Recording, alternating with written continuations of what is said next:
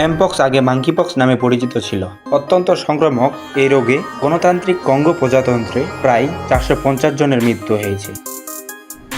Mpox সাধারণত অনেক কম ক্ষতিকারক। এটি প্রাণী থেকে মানুষে স্থানান্তরিত হয়েছিল, আর এখন এটি মানুষ থেকে মানুষেও ছড়ায়। তবে ছোট শিশু সহ ঝুঁকিপূর্ণ গোষ্ঠীর জন্য কোনো সময় এটি অত্যন্ত মারাত্মক।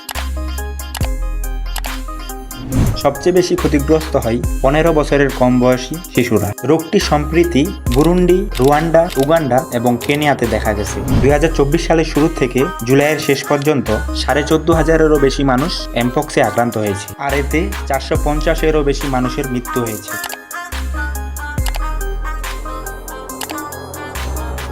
এশিয়া এবং আফ্রিকার মতো যে দেশগুলোতে সাধারণত এই ভাইরাস দেখা যায় না, এমন প্রায় 100টি দেশে এটি ছড়িয়ে পড়েছে।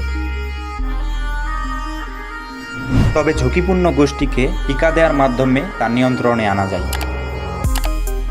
এমপক্স কিভাবে ছড়ায়?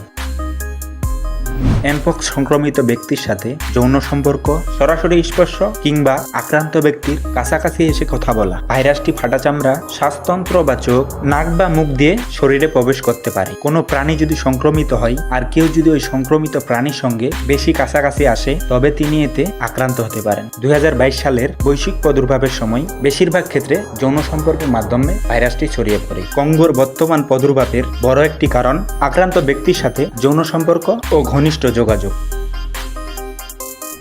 এমপক্সের লক্ষণ। এই রোগে আক্রান্তদের প্রাথমিক লক্ষণগুলোর মধ্যে রয়েছে জ্বর, মাথা ব্যথা, পিঠে ও পেশি ব্যথা করা।